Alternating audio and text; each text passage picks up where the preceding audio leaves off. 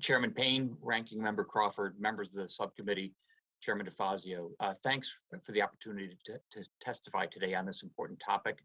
My name is John Porcari. I've had the opportunity to serve in a number of transportation and economic development related positions in the public and private sectors, including the honor of serving as Deputy Secretary of the U.S. Department of Transportation and twice serving as Secretary of the Maryland Department of Transportation.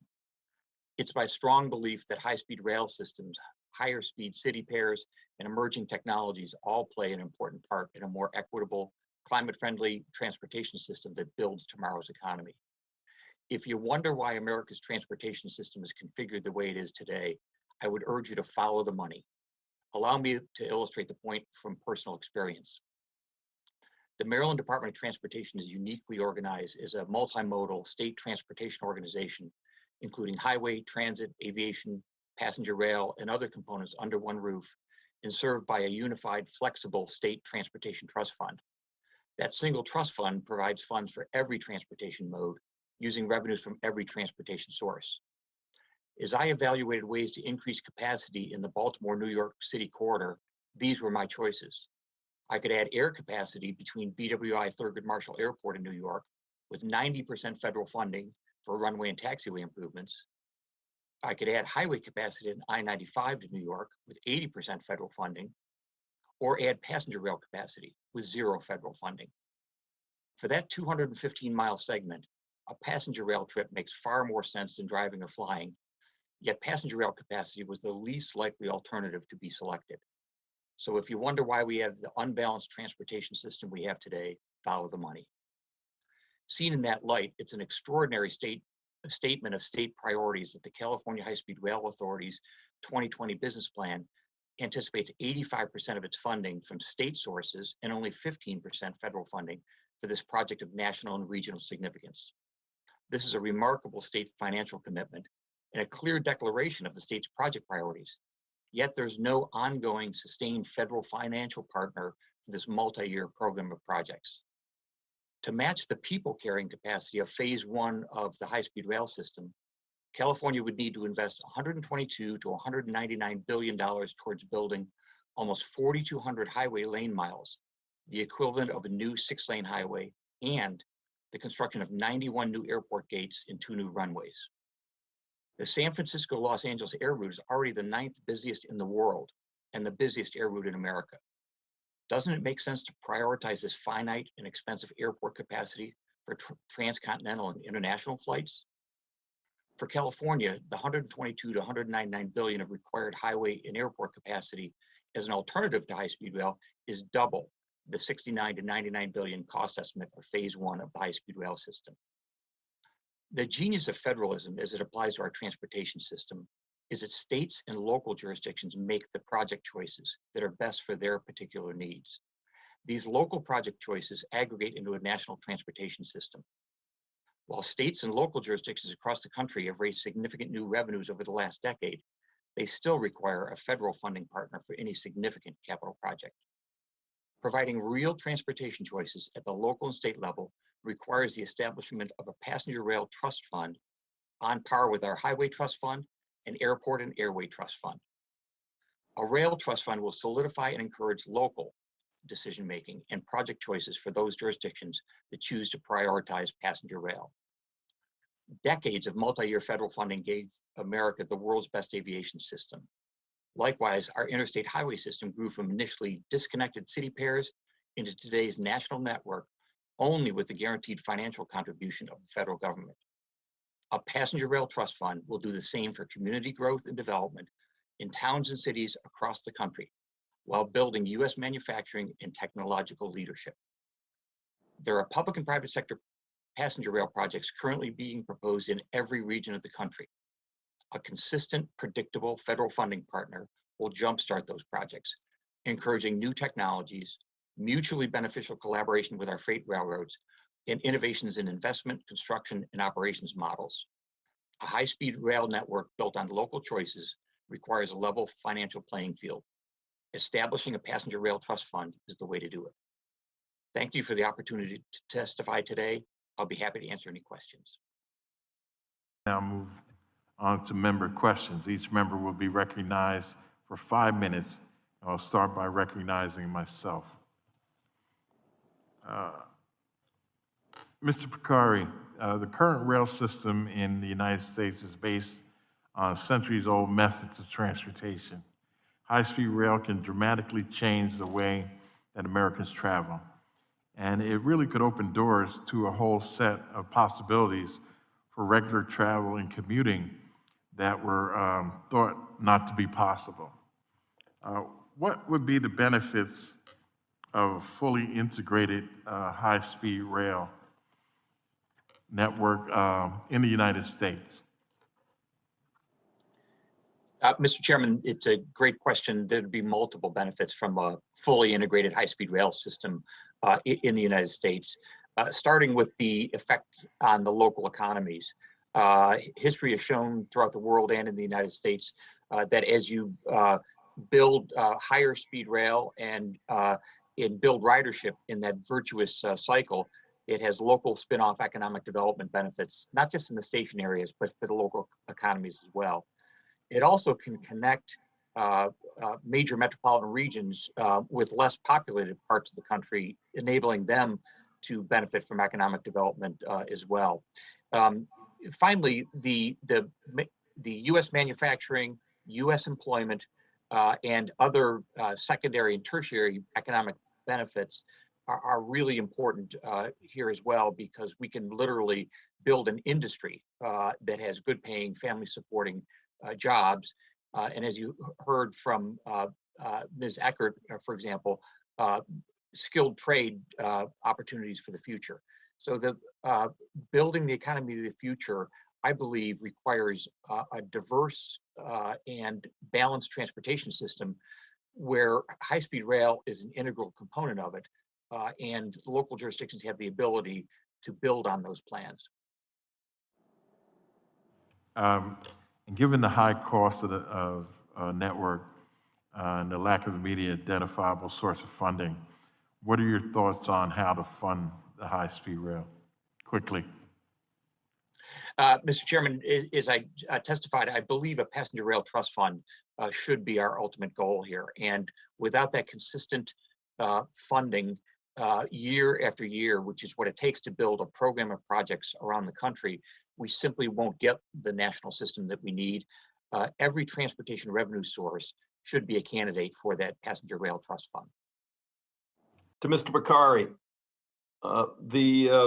I mentioned the example of Virginia DOT looking at not high, but a higher speed rail connection in lieu of an expansion of 95, which had a more than a 100% cost saving. And they figure they can get even better, more efficient throughput. You mentioned going from DC to New York, and used examples of how there was no money available in terms of rail and the percentages that would go for aviation or highway.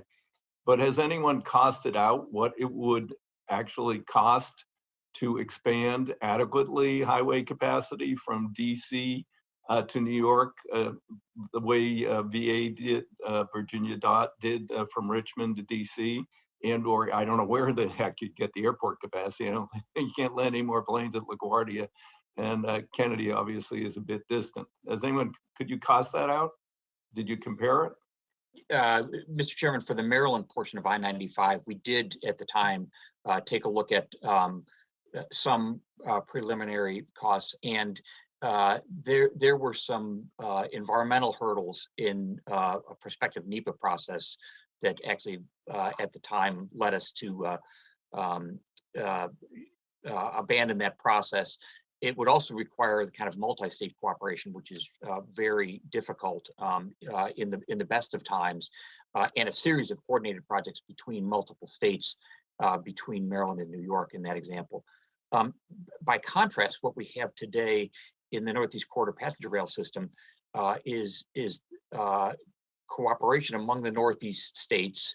We have a well-established pattern of increasing service, whether it's commuter rail or mainline Amtrak service.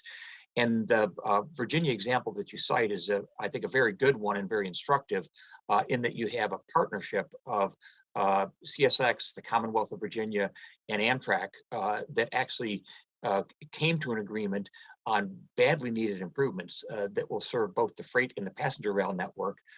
And it's a bit of a misnomer at this point to call that the Northeast Corridor when it's being extended through Virginia, and there are projects right behind that in North Carolina. So I think the pattern has been set in a positive way for cooperation on core multi-state corridors like that. What we're missing is the consistency and predictability of multi-year funding and a federal partner if the states are willing to put up their share. Yeah, got that. There's been criticism of, high-speed rail or even higher speed rail once constructed or novel will require subsidies. Are you aware of any high-speed rail project in the world that isn't government subsidized? I know Virgin in Great Britain says, well, we make money. Yeah, you make money. You don't have to maintain the rail bed. The government does that. All you do is put a train set on it and run it.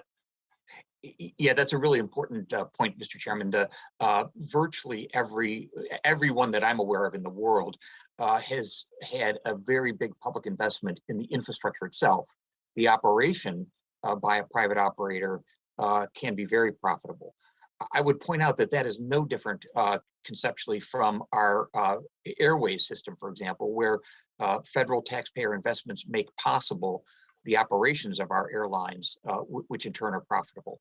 And no different than there are very profitable trucking industry in the US, which is enabled by the public infrastructure investment of the highway system itself. Great. To Mr. Washington, the high desert rail corridor you're talking about, obviously that California high-speed rail, for whatever reason, started in the valley instead of going into the urban areas on either end or out of the urban areas on either end. I've never understood that.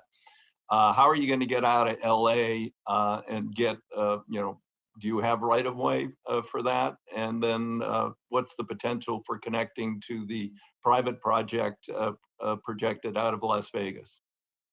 Potential is very, very good to make that connection with the private railroad. And actually that is the plan. And we are working with that private railroad right now to do that. That connection with the help of some twin bore tunnel will allow train speeds to be at anywhere from 180 to 200 miles an hour, getting from that high desert corridor to Los Angeles. And so it's a huge effort. It links up with high-speed rail from the north as well, with the link up coming into Union Station as well. So I think the potential to link up both of these are very, very great, and we're working with both entities. And what about the right-of-way issue? Do you have right-of-way for the LA section? Yes, we have some of the right-of-way, and we're working on some of the other.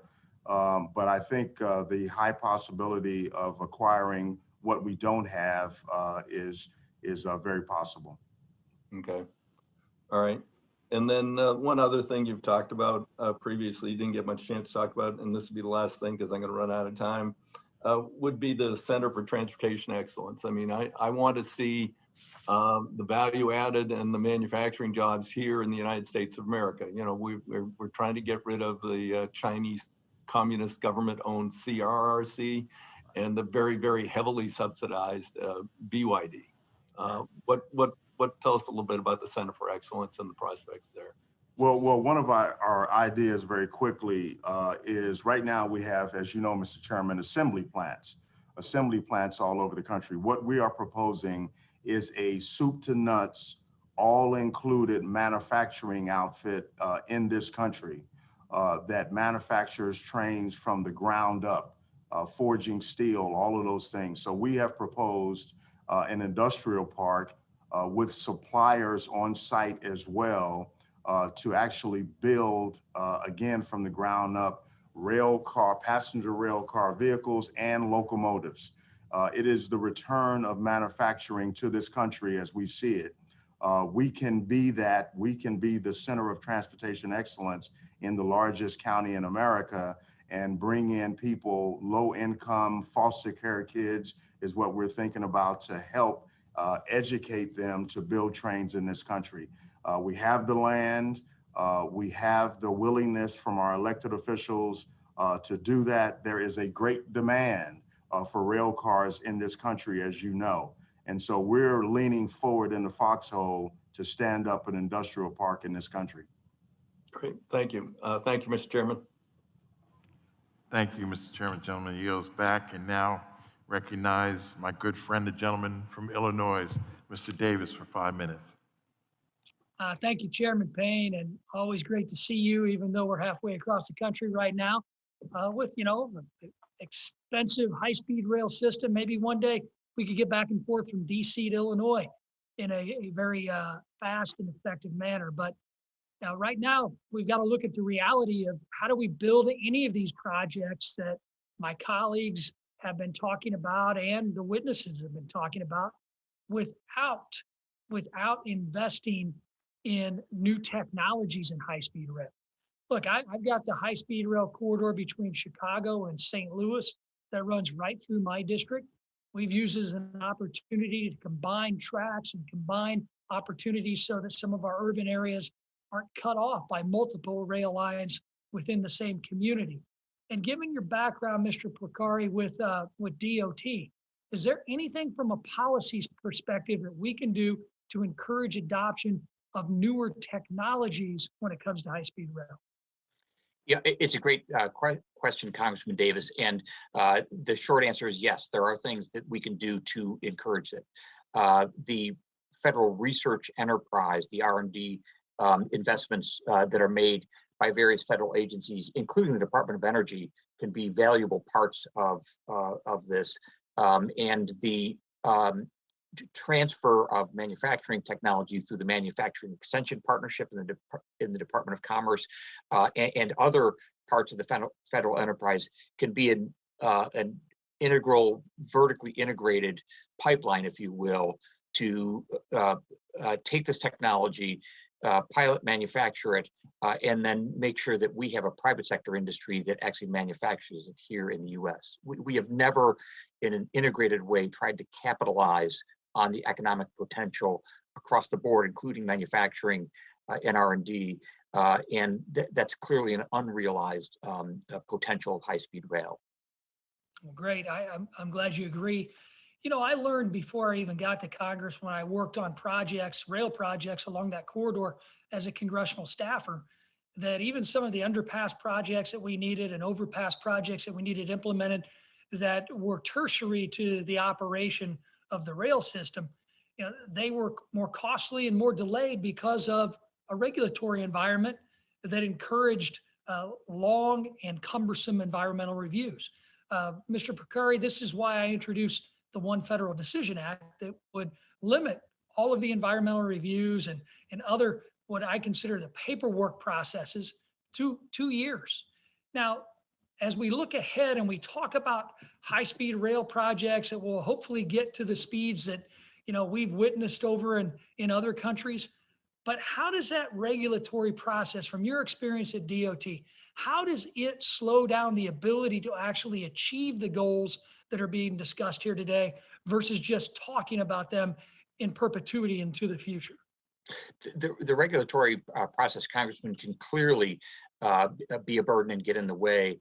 It puts a premium on front loading the process, on thinking right up front about how you do that. One example is actually California high-speed rail, where the delegation of the NEPA process to the state level, it's the first time it's happened with a rail project, from the federal level, has resulted, in my opinion, and I think if you look at the numbers, in a much more streamlined process with better environmental outcomes. So this is not an either or issue. There had previously been highway projects where the NEPA process was assigned to the state level from the federal government. It has now been done for the multiple EISs and EAs that are required for the California high-speed rail project. And I think that should be a model for the future, because one of the things that you do as part of that process is you get all of the environmental review agencies around the table in day one, not sequentially, but concurrently. No, that's a very good point. I agree with you. I certainly hope that all of us on this committee realize as we look ahead at policy proposals that we take what's been successful, like you just mentioned, and then not have it as an exception. If it's working as an exception, then why in the world wouldn't we make every state and every project eligible for the same thing? So I look forward to working with you in the future, Mr. Porcari and the rest of the witnesses too, and my colleagues to implement some good policy, just like you mentioned. And I yield back the balance of my time. I recognize my colleague from New Jersey, Mr. Malinowski, for 5 minutes.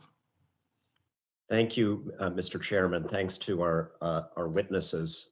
I want to start by reinforcing the point that Chairman DeFazio made that that demand would follow supply for efficient high-speed rail. I represent, and our chairman represents a state, New Jersey, where people crowd onto trains every day. At least they did before the pandemic, even though those trains take about as long to get them from New Jersey to New York City as they did 100 years ago, when part of the trip involved getting on a passenger ferry to cross the Hudson River. That's how little progress we've made, and yet we still had standing room only until recently. If we had better, faster train service, absolutely the demand would follow, and I think that's true in many parts of the country. So to understand the problem, as you said, Mr. Porcari, we have to follow the money. We heard that since 1949, the federal investment in our highway system has been around $2 trillion. So we didn't let our highway system live or die on the free market, did we? To borrow a phrase from Judge Duhan. No, Congressman, we did not. What we actually provided in that example is consistent multi-year funding with essentially a guaranteed cost to complete the interstate system. Right. And had we not done that, I would imagine that the United States would look a heck of a lot different than it does today. In fact, we probably have radically different population totals in states that overwhelmingly rely on the highway system. Meanwhile, federal investment in rail has been around $96 billion, just 96 since then. Compare that to China, where in just the last 14 years, you've had about $1 trillion of government investment in building up a high-speed rail network. The United Kingdom, my understanding is that they're investing about $120 billion just now in expanding their existing network. So just now, a current investment in the UK that is greater than the sum total of all of our investments since 1949. Let's talk a little bit about the brass tacks of how this works on the Northeast Corridor, which of course you know very well. We have Acela trains, of course, that theoretically can run up to 150 miles an hour. In reality, that would be still pathetic compared to France and Germany and China, but in reality, we don't come close to that. So my question for you is, as a practical matter, why can't we have nice things? What are the physical, practical impediments to achieving higher speeds? Is it the tracks? Is it the catenary? Is it something else? What are the political and regulatory obstacles? And are these obstacles surmountable in your view? Congressman, we certainly have technical obstacles. You mentioned catenary, the right-of-way itself, the alignment of it. None of those are insurmountable. We have a 111-year-old tunnel in New York. We have a B&P tunnel in Baltimore that's Civil War era. Those are not the biggest obstacles. It is more a question of will. What we want to do as a country in infrastructure, we do. And we've never made rail really the priority that I think it needs to be. And we've never provided meaningful choices for the states to select rail and build a multi-year rail program because we don't have the funding part of it. There are other regulatory and other issues, but I would say that the passenger rail system in the US is moving from a survival mode to a growth mode. And I think that's a very healthy thing for the country, whether you're talking about our cross-country service, one of the coastal corridors, or the Midwest service. All of that is really important. And just the same way we built the interstates, city pairs aggregating into a national system, we can really do that with the passenger rail system if we have the will. Well, thank you so much. And, just to close, for me, it's a practical question. It's a matter of competitiveness. It's about whether the United States can do and be seen to do great things again, but it's also a question of freedom.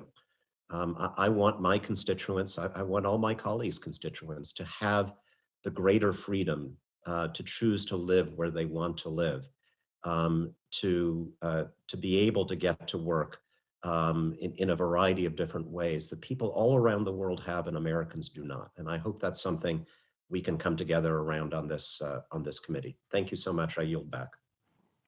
Mr. Burchett for 5 minutes. Thank you, Mr. Chairman. I appreciate you very much. Allowed me to be here. My first question is for Mr. Washington. You discussed some of the benefits of high-speed rail done right with seemed like you had extra emphasis on the done right portion of it, but your state's high-speed rail project currently underway has already more than doubled in cost, and its completion date has been delayed nearly 10 years.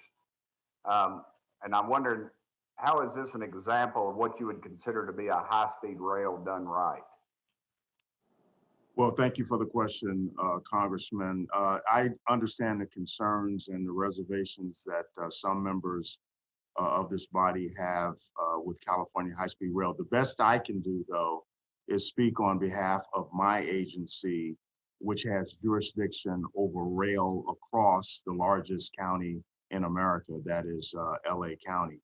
But we're confident that if given the appropriate resources and the best practices that we have employed, that we can dramatically improve the lives of people in our county. And some of those are, property acquisition done right, limited change orders, decentralizing decision-making, partnering with the contractor and the various cities.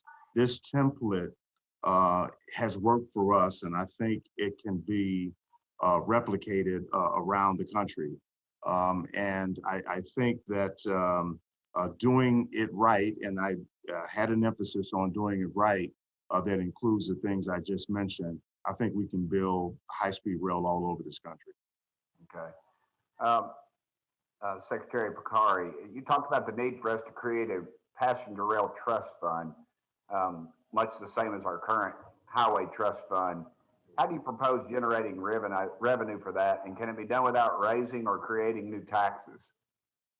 Congressman, thanks for the question. A passenger rail trust fund should be funded from, should be eligible for every transportation revenue source that we currently have. And there are ones on the horizon that potentially may raise revenues as well, like highway-based user fees.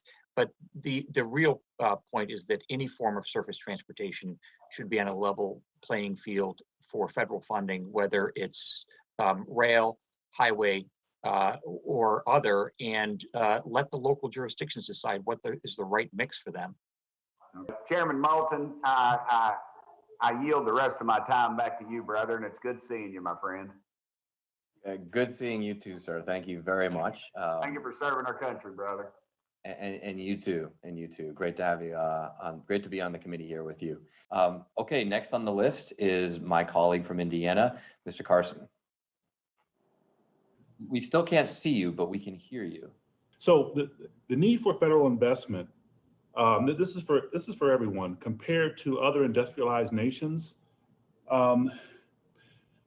in terms of the United States, our passenger rail investment falls far behind many of our allies. Now, as you all know, opponents of more federal investment, some on the committee, argue that private investment is more important than federal investment.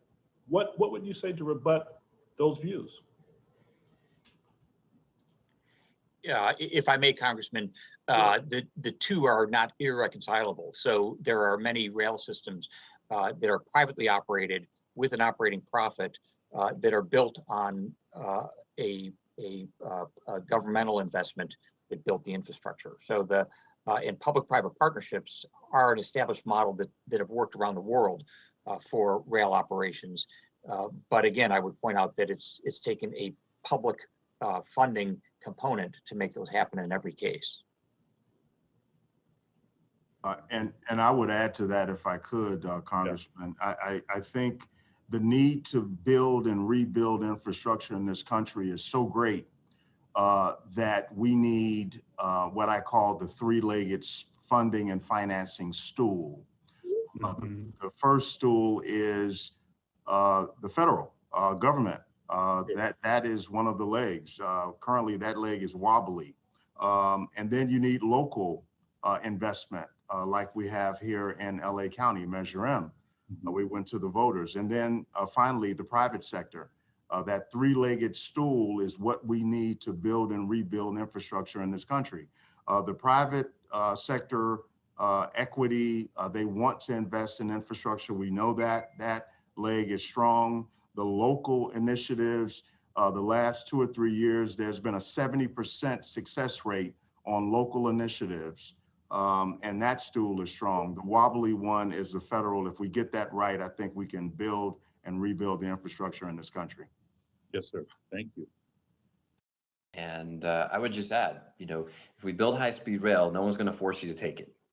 You have that freedom of choice that Americans don't have today, and yet travelers all around the world have. I don't understand why travelers in China should have so much more freedom than we do today in America. High-speed rail would rectify that.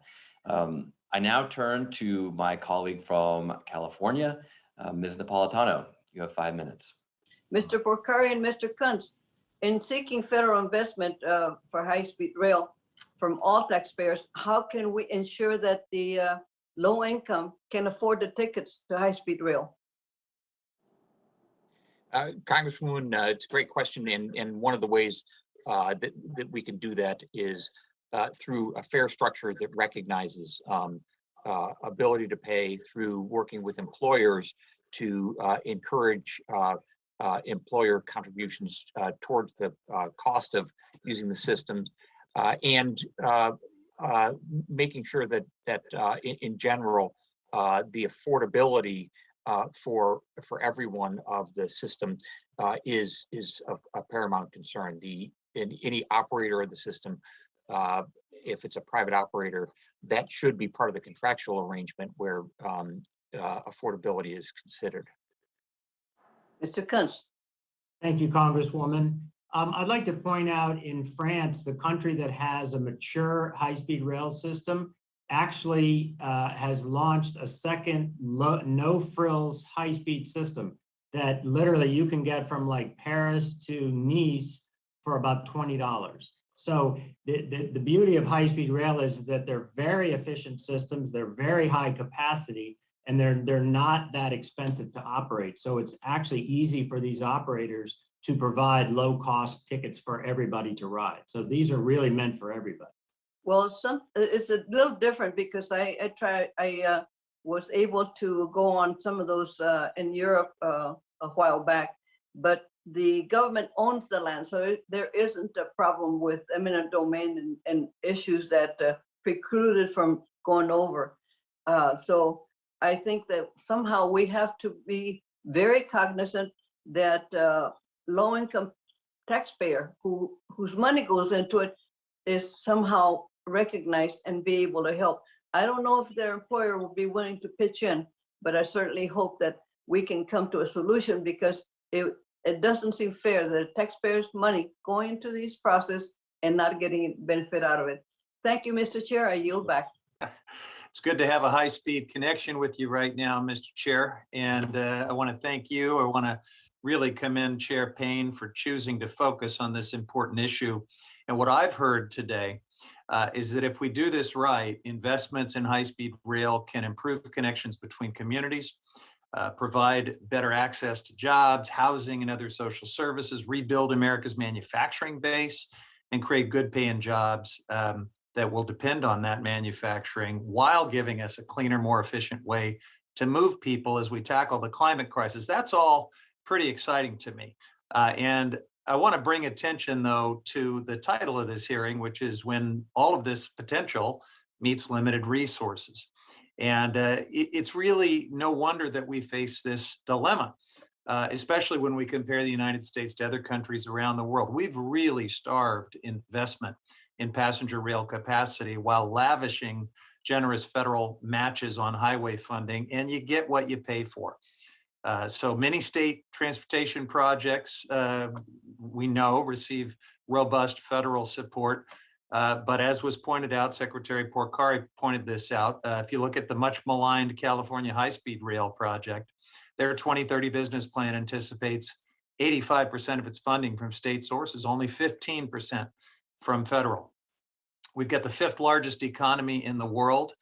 California is a leader in tackling climate change, and it's been able to keep this project alive by dedicating a significant portion of its cap and trade revenues. But other states don't have those kind of resources. All states that want to step into the 21st century with high-speed rail are going to need more federal support to do it. So Secretary Porcari, you discussed the underinvestment in rail relative to highways and aviation, and you use Baltimore to New York City, that corridor, as an example. Heading south, you also have Baltimore to Washington, and you've got existing service with Amtrak and MARC.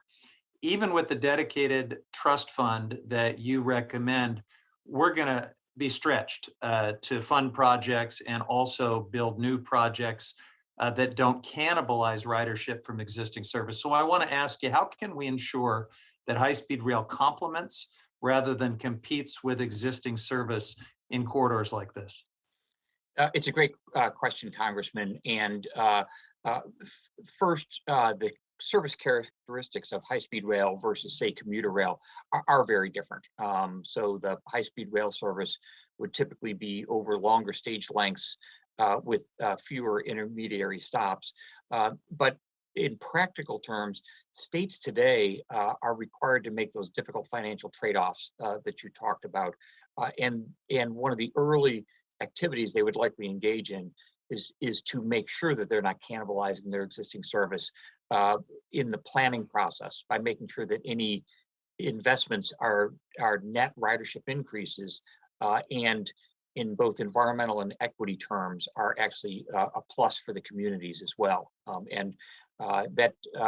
That's part of the philosophy and certainly the purpose behind the NEPA process to begin with. It's also a fundamental tenet, I think, of good interaction in community planning. And you can codify that through a community benefits agreement where the local communities know exactly what they're getting in terms of benefits, whether it's local employment or better commuter rail service in return for that investment. Mr. Auchincloss, over to you. Thank you, Mr. Moulton. I've been enjoying this hearing a great deal because high-speed rail is at the intersection of really 3 critical issues for my district and my home state. One is housing affordability. 60% of extremely low-income individuals in Massachusetts are paying more than half their incomes on rent, and home prices in Massachusetts are skyrocketing, up 11% since 2019. We've got a huge congestion crisis. Pre-COVID, it was very bad, and unfortunately, it's coming back as the economy reopens.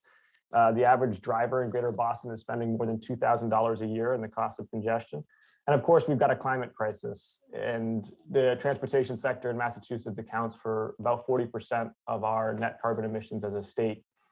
And high-speed rail can be a part of resolving all 3 of those crises in conjunction with other transportation policies like complete streets and mobility as a service and investing in buses. And for that reason, I've been and will continue to be a strong supporter of my colleague, Mr. Moulton's high-speed rail vision, which has really been a substantive and I think compelling vision for how we can do high-speed rail as a country. The challenges that we've had, of course, have been how to pay for this effectively and how to overcome issues with land use entitlements and regulations that can obstruct it along the way. And there are a couple of different approaches to that in the form of national infrastructure banks that have been circulating around Congress. There's one version in Financial Services Committee on which I sit, another led by Chairwoman Belloro. And they all have slightly different takes, but overall, they take public sector money to then leverage private sector investments. They politically insulate decisions about how to invest in strategically important national infrastructure projects. And they work with state infrastructure banks to provide them the technocracy and tools that they need to make good investments as well. And so high-speed rail to me sounds like a great example of where a national infrastructure bank could be very helpful. And I'd like to ask Mr. Porcari, as well as Mr. Kunz, who represent sort of the public and private sector dimensions that might both be at the table in a national infrastructure bank, to discuss, if you were in the room as we were chartering this institution and it was going to be investing in high-speed rail, what would you feel like you needed to have guaranteed and part of the charter and of the way that the National Infrastructure Bank would operate in order to be confident that we could be investing in high-speed rail and getting it built on time and under budget? And Mr. Porcari, maybe you could start. Congressman, it's an excellent question. In addition to the characteristics of a national infrastructure bank that you described, I would say above all, consistency and predictability. One of the downfalls of the public-private partnerships that we've had in the U.S. is everyone is bespoke. We don't have a kind of a standardized template. As a consequence, you can't price the political risk of that kind of partnership in America. If we look to our neighbors to the north in Canada, UK, Australia, and other countries, while not perfect, where they've used those kinds of public-private partnerships, it's a much more tightly defined system where the community and elected officials obviously have input early and often, but there's also an endpoint to that where you have some certainty and the financial markets understand that certainty. Pricing political risk, a very good way to put that. Thank you. And Mr. Kunz? Thank you for that question, Congressman. I think you're on the right track there. We do need a structure where there is substantial funding available to the tune of several $100 billion. We need to be focusing on key projects and getting them to completion, not spreading the money all over the country. And then we need to enact structures to run the system so that you can have private competition on them. You leverage the value capture that the station areas create, feed that back into some of the funding sources, and also setting up coalitions to work with the local communities as these systems are developed, where the stations go, where the routes go, those kinds of things. So it's really a comprehensive program. And like I said, prioritizing the important projects to make the case and get those to completion so that the public can ride them and see them. And then that really opens up the sort of the floodgates for the rest of the country. One of the example corridors I often like to talk about is Chicago to Atlanta, because most Americans don't think that those cities are close enough for high-speed rail. It's about the same distance as Beijing to Shanghai, which is one of the most popular high-speed rail corridors in the world. But of course, it would do so much for all the economies in between Chicago and Atlanta if you built that out, which is something that just expanding highways or airports wouldn't be able to do. So, but I've not done it without error, because I mistakenly skipped over Mr. Garcia from Illinois, who is up next. Mr. Garcia, you have 5 minutes, and my apologies. Over to you.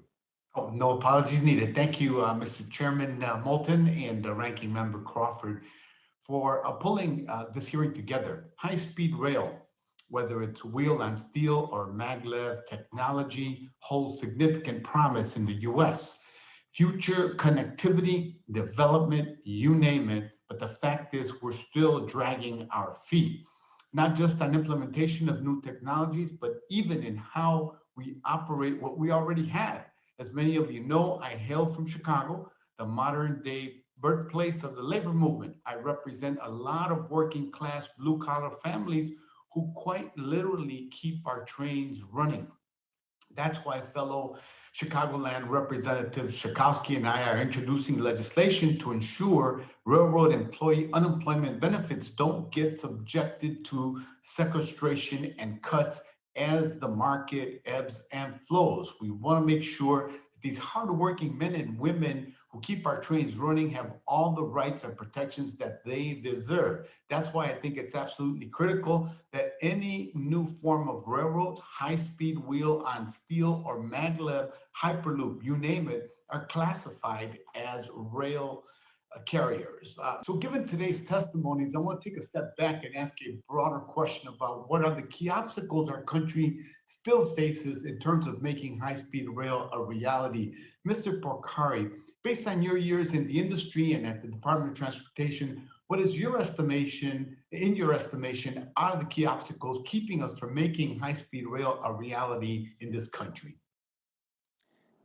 Congressman, thanks. It's a great question. And one, we need to think big. We need to, as I've mentioned before, level the playing field so that jurisdictions throughout the country can make the choices that make sense to them. And I am confident that high-speed rail and higher speed rail, among other train choices, would be something that is supported by local jurisdictions if there was some funding parity in it. We also need to really fully load the cost of the transportation system we have now.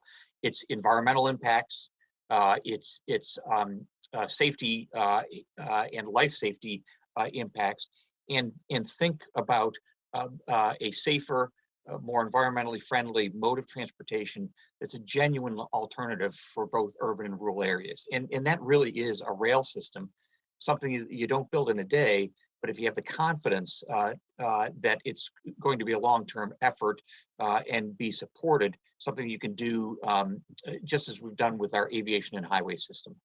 Thank you. We've learned a lot, and I know we opened this panel with a critique from my colleague, the ranking member of California High-Speed Rail. It reminds me that just 10 years ago, when I was at Harvard Business School, I did an in-depth financial analysis of California High-Speed Rail. And we came to some interesting key conclusions. One, the project was going to cost more than they were saying at the time. And of course, that's been proven true. And it certainly had its fair share of missteps and poor leadership along the way. I think things are in much better hands now.